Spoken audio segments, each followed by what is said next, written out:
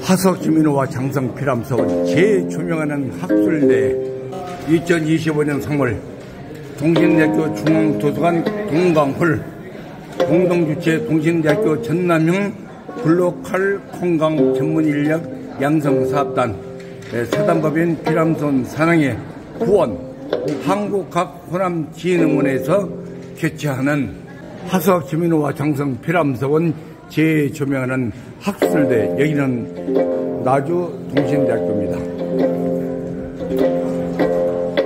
하석 김인호와 중기에 뛰어난 유학자로서 우리나라 동양 발전에 큰 힘을 주신 분이십니다. 특히 우리 지역의 유학자로서 유일무이하게 한국과 문화 그리고 그 어려운 시절에 별개의 의리를 지키신 그런 유명하십니다. 또한 장성 피람서원은 그런 선생의 정신을 드리기 위해 선생이 작고 30년 후인 1990년에 호남유림의 뜻을 모아 창간한 호남을 대표하는 사회초원이고 2019년 유네스코 세계유산에 등재된 우리 지역의 대표적인 문화유산이 되겠습니다. 오늘 학술대회는 단순히 과거의 유산을 돌아보는 것을 넘어서 현대의 정신과 가치를 현대사회에서 어떻게 계승하고 발전시킬 수 있을지를 고민하는 시간이라고 생각합니다. 우리 역사와 문화유산에 관심을 갖고 그것을 계속 지켜나갈 수 있어야만 그 지역과 그 나라의 미래가 또 담보된다고 생각합니다. 그런 의미에서 김인호 선생의 정신을 계승하고 널리 알리기 위해 힘쓰고 계신 피람서원 사랑에 다시 한번 감사의 말씀을 올립니다. 그리고 제가도 세계유산 피람서원을 잘 활용하고 그 안에서 하석 선생의 정신과 한국적 정치를 많은 분들이 이해하고 체험할 수 있도록 더욱 노력하겠습니다. 올해 장성 피람서원에서는 문화유산의 가치를 알리고 하석 선생의 정신, 시문학 등 주제로 한 세계유산 환영 프로그램 등도 많이 운영된다고 하니 많은 관심과 참여 부탁드립니다. 다시 한번 오늘 학술대회 개최를 진심으로 축하드리며 오늘 함께 하신 모든 분들의 건강과 행복을 기원하겠습니다. 감사합니다. 먼저 김상국 울산김씨 대종 회장님께서 오셨습니다. 피람서원 선비학당을 20여 년째 운영하고 계신 박내호 선생님께서 오셨습니다. 반갑습니다. 다음은 김봉수 전라남도 문화원 연합회장님 오셨습니다. 다음은 김영풍 전라남도 정교협회 회장님 오셨습니다.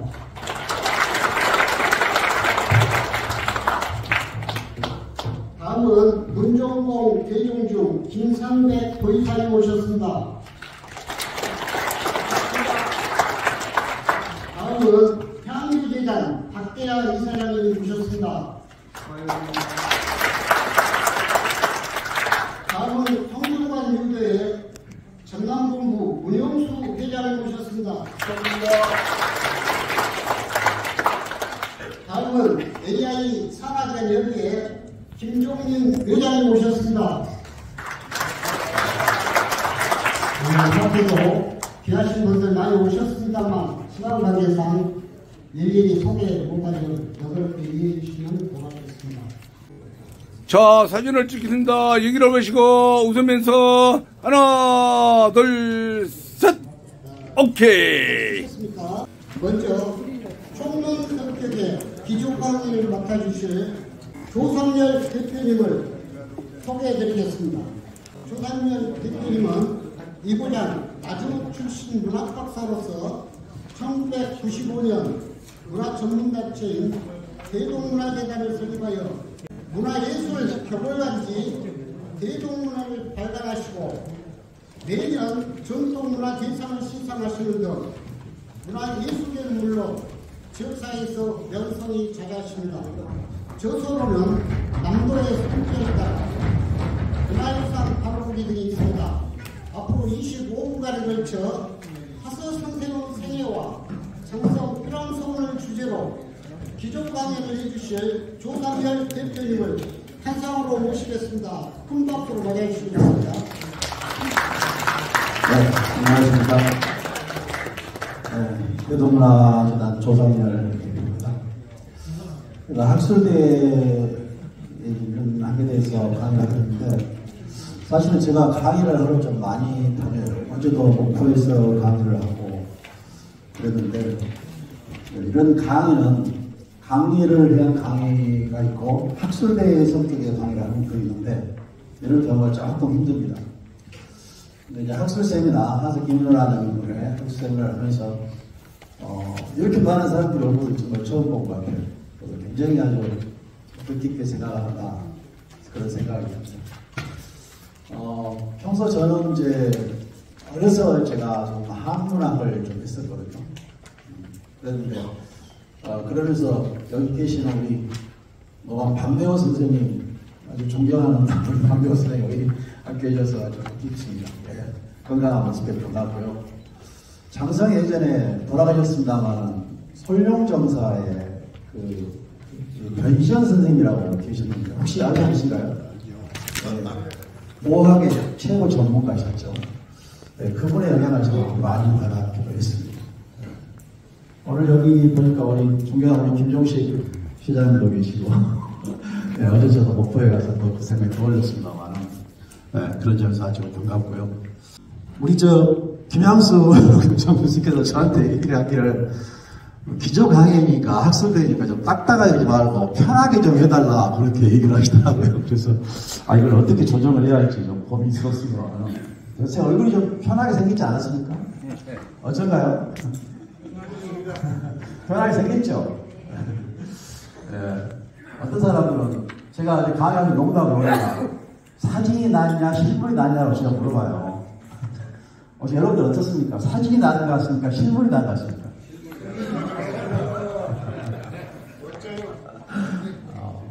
사진이 낫다는 사람도 있죠. 실물이 낫다는 사람. 이런 경우를 믿지 말자 사진빨 그럽니다. 사실은 사진빨, 화장빨, 조명빨 그러거든요. 그러는데 어떤 경우도 사진보다는 실물이 더 낫죠. 자, 이러면 사진이라는 것은 모든 것을 다 좋게 만들 수 있지만 실제는 이제 그렇지 않잖아요. 그러니까 앞으로 피람서원이 됐던 어떤 역사의 분들도 그것을 사진 액면 그대로 보면은 의미가 없죠. 그래서 사진 속에 들어있는 것을 제대로 알아야 한다는 것이겠죠. 아마 지금 아까 인사 말씀도 있었습니다만은 지금 시국이 굉장히 엄중한 시국이잖아요. 이런 시국에 사실 이 동신대학교에서 이런 하서 관련된 행사를 하게 됐는데 뜻깊게 생각을 합니다. 우리 하서 김인호 선생을 송시열 선생님 비문에 가면은 우리 동방을 돕기 위해서 하늘이 내신 큰 인물이다라고 하셨잖아요. 이 동신대학교가 우리나라를 좀 새로운 나라로 좀 가기 위해서 그런 의미를 좀 담았지 않았나 그런 생각도 해봅니다. 그래서 오늘 이 학술 세미나가 그런 메시지를 좀 담아갔으면 좋겠다는 생각이 듭니다. 저는 이제 대동문화재단을 설립해서 이제 운영을 하고 있거든요. 여기 보면은 대동문화재단이 95년도에 설립을 합니다. 그래서 올해가 딱 30년 되는 해입니다. 네. 그래요. 제가 그 당시에 30년 전에, 제가 나이가 조금 58개이거든요. 근데 30년 전에 38살 때 대동문화재단을 만들었습니다. 그래서 이제 대동이라는 뜻은 대동 여지도에서 이름을 가져옵니다. 그래서 우리나라의 역사를, 우리나라의 문화를 우리가 좀 제대로 알고 그것을 지키고 계승 발전해 나가자는 뜻으로 만든 것이 대동문화연구회였습니다. 95년도에. 그 규모가 커지다 보니 대동문화재단이라고 이름을 하게 됐습니다. 그래서 저는 이제 답사를 많이 다녔어요. 그래서 피람서원도 수없이 답사를 하고 전국의 서원이라든지 많은 문화의 정치를 찾아서 답사를 다닌 단체로 성장을 하게 됩니다. 그러면서 그 자료를 모아서 책을 만든 것이 대동문화라는 잡지를 펴내게 됐죠. 그리고 문화유산 지킴이로서 활동을 하면서 지금은 전통문화 지킴이라는 이름을 가지고 활동을 하고 있습니다. 사무실은 광주에 두고 있고요. 여러 가지 문화사업 사업을 하기 때문에 저 혼자 하는 게 아니라 많은 직원들이 함께 하면서 한 40여 명의 직원들이 함께 일하고 있다. 이렇게 보시면 될 겁니다. 저는 이제 이 하서 선생님에 대한 전공을 한 사람은 아닙니다. 제 학문은 저는 문학 박사인데 이 나주가 나온 인물 백호 임재 선생의 문학을 연구해서 학위를 받았습니다.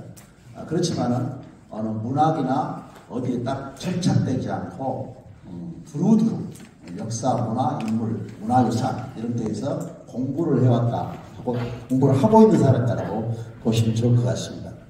그래서 저희가 던지는 화두는 뭐냐면은 항상 우리가 전통을 기반으로 해서 현대로 나간다. 그러니까 우리가 계승과 발전이란 말 하잖아요. 이런 말이 있어요. 역사와 과거는 옛 것이 아니다. 이런 말이 있습니다. 한번 우리 좀 분위기를 풀기 위해서 한번 따라서 한번 해볼까요? 역사와 과거는 옛 것이 아니다. 오래된 힘이다. 그러니까 오래된 힘에다 방점을 찍는 겁니다. 만약에 역사나 문화유산이 그것이 그대로 있다면, 우리 문화유산 강국장이 말씀하신 것처럼 그대로 있다면 별 의미가 없어요.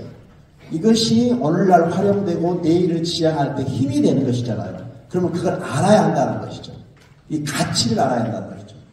그래서 우리가 시제가 과거가 있고 현재가 있고 미래가 있다면 반드시 과거를 발판으로 오늘과 내일을 지향해 나가는 것이 우리가 역사와 전통 문화를 배우는 이유라고 볼 수가 있습니다. 그런데 우리는 언젠가부터 굉장히 이런 문화유산이나 전통 문화를 소홀히 다루고 있어요. 그것이 서구 문명이 갑자기 들어오면서부터 우리의 전통 문화는 상당히 소외받고 약간 변방으로 밀려나버린 것이죠. 그러나 광주가 남도 전라도가 예양이고 남도 예양이라고 말하는데 그 뿌리는 전통 문화유산이 없이는 예양이라고 말할 수가 없는 것입니다. 그런 점에서 오늘 하서 선생에 대한 학생은 굉장히 의미가 있지 않는가 그런 생각을 해봅니다. 저도 상항의 회원의 한 사람이기도 합니다. 그리고 마음속으로 깊이 존중하고 있는 인물이 하서 선생님이라고 되겠습니다. 그래서 저는 공부하는 차원에서 오늘 이런 이야기를 하고 있다 이렇게 보면 되겠습니다. 피랑서 안 가본 사람들이 거의 없겠죠. 저 뒤에 학생들 어쩐가 모르십니다. 저 뒤에 학생들 혹시 피랑서를 안 가본 사람 있어요? 피랑서 안 가보신 분들. 자, 이 피랑서는 우리가 옛날에 교육기관으로 서원이 있잖아요. 서원, 향교, 서당 이런 게 있지만은 서원은 우리의 어떤 면은 정신문화, 우리 한국의 정신문화의 가장 중심에 서 있는 것이 서원이라고 할 수가 있겠죠. 이 다른 데서 다 변해와서도 서원, 향교 이런 정신문화가 지금 그래도 우리 한국을 지탱해주고 있는 것이지 않는가 이렇게 생각을 해봅니다. 여기 피남이라는데 뜻을 두고 한번 여기 하서 선생님이 지금 자연과 같이 읊어오면서 시작하겠습니다. 자, 다 같이 한번 읊어볼까요? 시작. 청산도 절로절로 녹수도 절로절로 산절로 수절로 산수간에 나도 절로 이중에 절로 자란 몸이 늙기도 절로절로 자연. 이 시조에 대해서 공감이 오신 분 있죠? 예, 저도 그런 생각이 듭니다. 요새 와서는. 그런데 이 사실 자연가인데 이 여기서 말한 자연은 산천, 강, 나무 이런 것들을 말한 것이 아니에요. 손대지 않는, 인위적이지 않는 자연 그 상태를 말하는 거예요. 우리 인간은 손대지 않아도 자연스럽게 늙어가잖아요. 예. 어떻게 보면 여기에 천인한일 정신이 들어있지 않는가 저는 그렇게 봅니다. 그래서 하서 선생님을 문인인가 철학자인가 또는 사상가인가 한국에 말하자면 다 3절이죠. 3절. 매우 뛰어나죠. 그래서 하서 선생님 제가 공부를 해보면서 정말 쉽지 않더라고요. 그래서 저는 이렇게 말해요. 우리나라 사람들이 특히 남도 사람들이 하서 기민을 모르는 사람도 없지만 하서 기민을 제대로 안 사람도 없겠구나. 저는 그렇게 생각해요. 너무 큰 글이시더라고요. 하면 할수록 너무 어려워요. 그래서 그냥 조금 공부하는 한쪽으로 이렇게 했는데 저한테 이런 강의를 하라고 맡긴 것은 이 한 선생님 공부 좀 하고 좀 강의를 하면서 공부 좀 해라 그런 뜻으로 아마 숙제를 주신 것 같아요. 몇 년 전에 저희 대동문화재단에서 하석 김인우 선생 이야기인데요. 아마 이 호남의 인물을 아이들이 쉽게 볼 수 있도록 이렇게 만화, 사파를 넣어가지고 이야기식으로 풀어낸 책이거든요. 그래서 이 장성에서 울산음시 이 대종회에서 지원하고 그래가지고 함께 낸 책인데 아주 이게 인기가 있었습니다. 여러 번 재판, 3판 막 계속 했었고요. 그래서 이 보면은 참 후덕하게 생기신 모습 볼 수 있잖아요. 동방의 대학자 하서 선생님.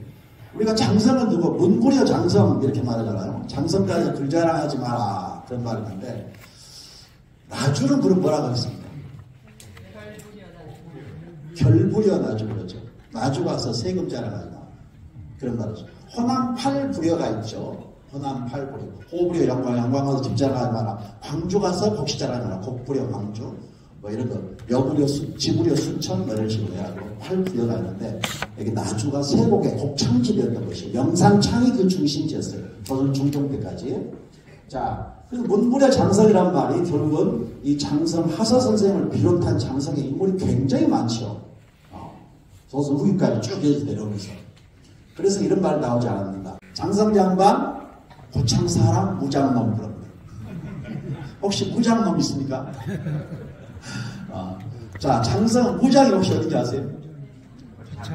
고창군 무장입니다. 이걸 잘 아시네요. 제가 중앙공무원교육원이라든지 인재개발원 강의를 자주 합니다. 한 400명, 500명 승진까지 있거든요. 고창 장성장관 고창 사람 아니고 무장놈 손들어보면 그걸 딱 들어요. 어떤 분이. 그래서 너 무장놈이라고 막 난리를 쳤는데 그 무장이 어디냐고 물어보면 전부 어디를 말하냐면 무주 진한 장수를 말해요. 무진장. 그게 아니고 고창군 무장이죠. 왜 무장놈이라고 하느냐? 바로 동학농민전쟁의 발상지거든요. 그렇기 때문에 이 가부 입장에서 이 농민들은 그 인권을 찾기 위해서 항쟁을 하잖아요. 그러다 보면은 가부 입장, 왕실이라든지 귀족들 입장에서 보면 이 무장놈 했지 않겠습니까? 그렇기 때문에 그런 인권을 누린당한 사람들의 항쟁이 바로 무장놈이었다. 그런 뜻이죠. 나쁜 놈이라는 뜻이 아니죠. 이게. 장성은 이제 가자마자 장성 양반이라 했는데 고창은 교육열이 매우 높았어요. 인천 김성술 정도, 그 인천도 역시 하서 그 후손이지 않습니까? 그래서 그런 쪽에서 고창에 인재가 많이 나서 고창 사람 이렇게 말했던 것이죠. 그래서 바로 이런 이야기가 나오지 않았는가 싶어요. 자, 저는 이제 이 하서 선생님의 하서 이야기도 있지만 이 책도 굉장히 오늘 여러분들한테 하나씩 다 나눠드렸죠. 우리 바로 김양수 전 군수님께서 지으신 책인데 굉장히 자세하게 아주 더 이상 뭐 볼 것이 없을 정도로 잘 되어 있는 책이라고 저는 생각을 합니다. 하서 선생님이 태어나서 살고 마지막 여생을 마쳤던 바로 이 백화점 복을 한 것입니다만은 여일대. 자, 여기 보면은 한 인물이 태어나기 위해서는 풍수가 굉장히 중요하다는 생각을 해요. 우리가 이 하서 선생님이 태어난 곳이 바로 이제 이 맥동이잖아요. 대맥동. 그러면 노령산맥의 큰 줄기, 대맥이라고 하잖아요. 대맥. 이 줄기가 내려온 곳이 바로 이 맥이죠. 맥. 그래서 이 맥동에서 태어나셨는데, 맥동과 피람이란 말입니다. 그럼 붓은 뭘 상징하죠? 붓은 문을 상징하잖아요. 그래서 문인으로서, 대학자로서의 어떤 가치를 타고나지 않았는가. 그래서 동방의 성리학, 우리나라의 성리학의 맥을 이어간다는 뜻의 맥이 아닌가. 저는 그렇게 생각이 들더라고요. 예. 그래서 이 대맥과 피람. 그런데 우리가 이 말을 읽고 들여다보면 피람 바위가 있잖아요. 붓이라는 것은 문인의 상징이잖아요. 그러면서도 또 아주 글을 잘 쓰는 글씨를 뜻하기도 한단 말이에요. 그래서 조선의 대표적인 이 피원 중에 한 사람이 바로 하서였어요. 굉장히 글을 잘 썼어요. 문장도 좋지만 글씨가 아주 뛰어나셨죠. 그 다음에 한 인재가 나려면 필봉이 있잖아요. 문필봉. 그 문필봉이 여기서 백화점에서 아까 딱 들여다보면 용진산이 그게 문필봉이거든요. 그래서 풍수적으로도 큰 인재가 나올 그런 땅이었다 하는데 이 땅을 선택하신 분이 누구였느냐? 울산김씨들이었겠죠. 근데 울산김씨들이 여기에 들어오게 된 것은 사실은 이제 원래 이제 서울에 살았잖아요. 근데 울산 김씨들은 이제 김덕지, 다시 말하면 경순왕의 둘째 아들이 김덕지예요. 첫 번째 아들이 마이태자입니다. 마이태자는 금강산에 들어가 버렸고, 나라 망하니까 또 둘째 아들이 김덕지가 이제 울산 김씨 시조가 되는데, 거기 이제 후손인 것이죠. 쭉 내려와가지고, 이 울산 이제 김원이라는 분이 있었는데, 이제 하서 선생님의 이제 5대 할머니인가요? 그 민씨 할머니가 이쪽으로 내려오게 된 것이죠. 그러니까, 김원이라는 분이 이제 뭐라 그러죠? 왕자의 난가요? 민씨들 이제 제거하고 하는 태종 때, 그때에 이제, 민무부, 민무질, 이런 사람들이 죽을 때에 같이 이제 죽음을 당하죠. 그래서 그 화를 피해서 그 할머니가 아이들을 데리고 무작정 남쪽으로 남행열차를 탄 거죠. 무작정 내려와가지고 풍수가 좋은 여기에 뿌리를 내린 것이 장성의 대백동인 것이죠.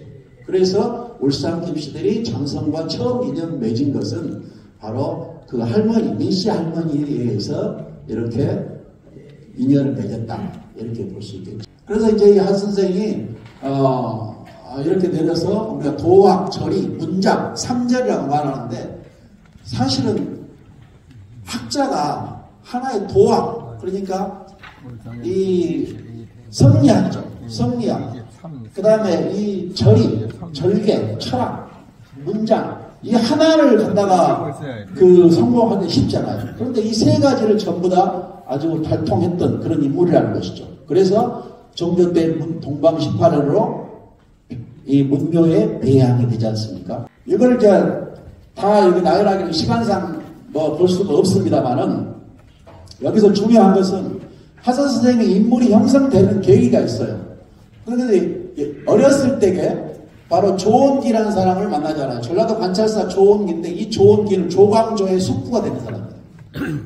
그래서 이 조광조 하면은 살인의 아주 최고의 정신적 지주 아닙니까? 그 사람의 숙부인 조원기를 만났는데, 이 조원기가 바로 전주로 불러가지고 8살짜리를 갖다가 시험을 해보더니, 너의 그 시 재주가 202보와 맞먹을 정도의 인물이다.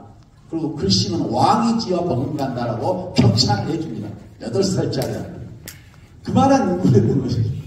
그러고 나서 복제 기준을 만나는데, 이 기준이 또 기묘사화의 대표적인 인물이에요. 그래서 이 기준을 만났고 세자신하 되겠다. 그 다음에 10살 때 김한국을 만나는데, 조원기, 기준, 김한국 이런 사람들이 전부 다 기묘사화의 인물들입니다. 자, 하서 선생이 태어나서 활동했던 시기가 굉장히 어려운 시기입니다. 4대 사화라고 잘 아시잖아요. 무어사화, 갑자사화. 1504년 갑자사화 있었고, 1506년에 중종반정이 일어나요.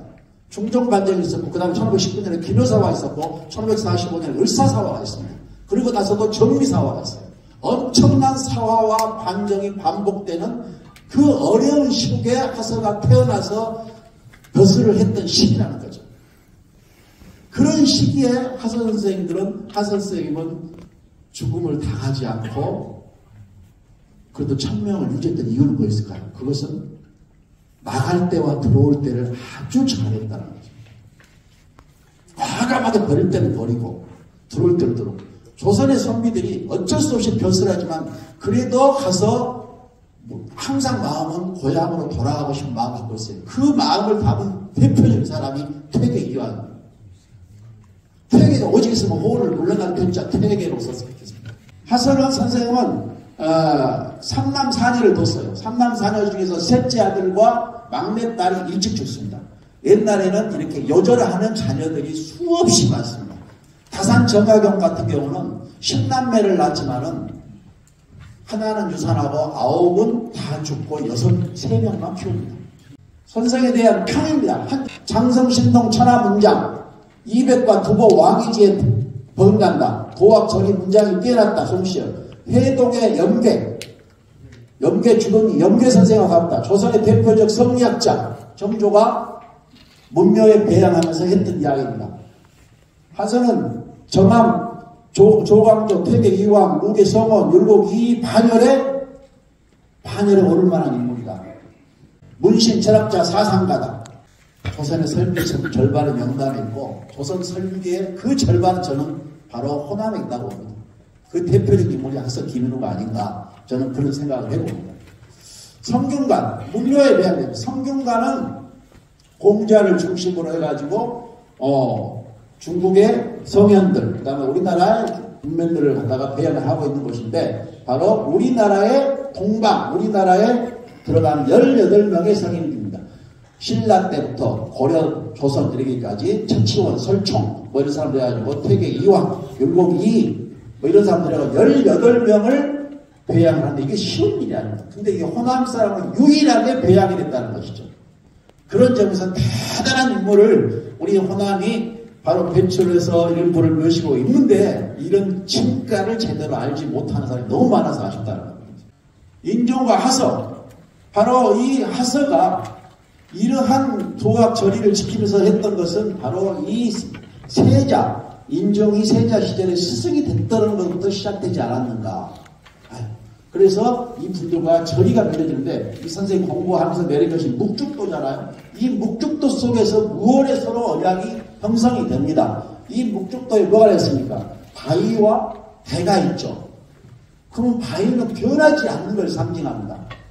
우리 윤선도호가에도 꽃은 무슨 일로 변다가 시지고 푸른 어야여 푸르나니 아마도 변치 않을 수 바위 너뿐인가 하더라고. 바위는 절대 변하지 않는 것을 상징합니다. 나무도 아닌 것이 풀도 아닌 것이 곱게 있는 어야여 저리도 사시에 푸르나니 저를 좋아하느냐. 배는 절개를 상징하죠. 항상 고든 절개, 지조를 상징합니다. 끊고 매짐이 분명해요. 마디가 있습니다. 그래서 절도 있다라고 말하잖아요. 그런데 이 대가, 지조와 절도가 있고, 나라가 어지러울 때는 이 대가 뭘로 변하겠습니까? 죽창으로 변합니다. 그래서 나라가 어지러울 때 그 나라를 바로 세우자간 죽창, 우리가 이 동학의 죽창으로 변하는 것이 대 아닙니까? 근데 나라가 평안할 때는 이 대는 뭐로 변하는지 아세요? 대금이나 소금이나 악귀로 변해요. 그래서 이 대가 호남의 정신입니다. 그런 절의 정신이 나는 이 대하고 바위에서 왔는데, 이런 것을 아마 인종이 세자 시절에 이 하서의 인품과 합덕을 보고 이렇게 맺어지지 않았는가. 무언의 약속이었던 것이죠. 여기에 시를 지은 것이고. 자, 경장각이죠. 그래서 이 묵죽도를 보관한 곳이 경장각입니다. 정조대왕의 친필입니다. 이 친필로 이걸 묵죽도를 보관한 이 건물을 여기에 지금 경장각입니다. 자, 묵죽도 판도입니다. 2000 몇 년도인가? 이거 도난을 2006년도인가요? 한번 도난 당했다가 다시 2019년도에 다시 찾아가지고 찾았던 것이죠. 묵죽도 목판보. 진본 그림은 없습니다. 목판보만 다행히 남아있는 것이죠. 자, 하서 선생님의 초선입니다.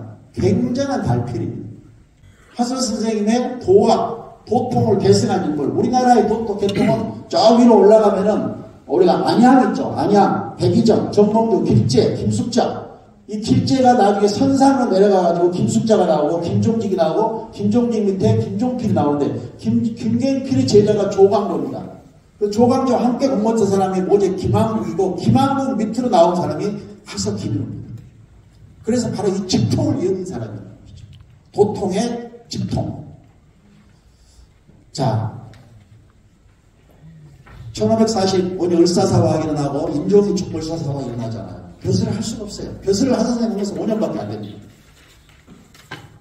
그 벼슬을 할 수가 없는 그 어지러운 세상에서 벼슬을 버리고 내려옵니다. 이런 사람을 우리는 뭐라고 합니까?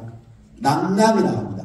한번 따라해보세요. 낙남. 낙향하고는 다릅니다. 낙남은 스스로 나라가 어지러우면 벼슬을 철회하고 내려온 사람을 나 벼슬 접지 않아야지 던져보고 내려온 것을 자의적으로 보면 낙남이라고 해요. 그런데 내가 아무리 벼슬을 구하려고 이력서 들고 쫓아다녔는데 안 써줘. 할 수도 없이 내려오면 낙향이라고 합니다. 근데 이분은 벼슬을 버려요. 과감하게. 그래서 낙남을 해서 이 처가인 순창입니다. 이쪽으로 들어가서 쌍치 쪽에 혼몽제를 짓고 후진장성과 자신의 공부에 전념을 하게 된 것이죠. 가르치는 자의 몽자가 어린 몽자입니다. 무릅쓸 몽, 어리석을 몽. 공부를 안 하면 몽매집니다. 몽매. 네. 자, 그리고 하서 선생님은 인종이 죽은 7월 1일, 음력 7일, 장성 난산에 올라가서, 이게 알봉이죠, 알봉. 거기에 올라가서 통곡을 매년 했다는 통곡당이 이렇게 되어 있는 것이죠. 비람서원 정경입니다. 우리나라 서원은 제가 한 5분만 더 쓰고 끝낼게요. 서원은 대표적으로 9개 서원이 유네스코 서원으로 등재됩니다. 근데 피람 서원은 전형적으로 평지 서원이라고 보시면 되겠습니다. 그래서 전학후묘, 여기가 저 멀리 있는 곳이 사당입니다. 이쪽에 하경노고가 강당이 되어 있습니다. 예. 여기 피람 서원은 원래는 이 자리는 아니었는데 장성업 기산대 창건에다가 몇 번을 옮깁니다. 현종 때 사액을 받았어요. 자, 이 서원은 공인서원이다 하면 내를 걸 사액서원이라고 합니다. 이걸 잘못하면 젊은 애들은 사약서원이라고 그러더라고요. 액자, 애 글씨를 피람이라는 걸 제대로 내렸다는 것이죠. 그래서 바로 이 사액서원이 되고 이렇게 여러 차례 거쳐가지고 유네스코 등재했는데 우리나라 9개 서원 중에 유일한 서원이 피람 서원이다. 이렇게 보시면 되겠습니다. 자, 확연로 어디나 가면 다 서원을 들어가는 공부만 하면 안 되잖아요. 그래서 머리도 식히고 항상 자연과 철학과 모든 것이 하나가 돼야 되는 거예요. 그러한 공간, 머리를 식히는 그런 공간이 확연루다 이렇게 보고 있습니다. 홍살문 이런 것들을 볼 수 있고요. 예, 그 다음에 여기 가장 대표적인 것이 서원의 기능이 교육과 제사의 기능이잖아요. 그래서 이 교육은 당연히 중요한데 제사를 모신다는 것이 조선의 성리학, 유교의 기본입니다. 이런 것을 종법제도라고 하는데 이런 제사에 지내는 기능은 언제부터 도입됐느냐. 조선이 유교를 국시로 삼으면서 세종대왕 때 완전히 들어온 주장입니다. 세종 이전에, 다시 말하면 조선이 창건되기 이전에는 우리나라 사람들은 제사를 지내지 않았어요. 왜 안 지냈을까요? 전부 불교입니다. 절에 가서 전부 불상에 기도하고 계셨습니다. 그래서 세종은 완전히 불교의 나라를 조선으로 바꾼 그런 나라고 성리학을 제대로 정착시킨 왕입니다. 그래서 세종 때에 제일 먼저 우리나라 문화유산 파괴가 일본이 먼저 하세요. 가장 많이 파괴된 것이 불교 사찰입니다. 3,300개 사찰들이 36개 남고 다 없어집니다. 태종과 세종 때.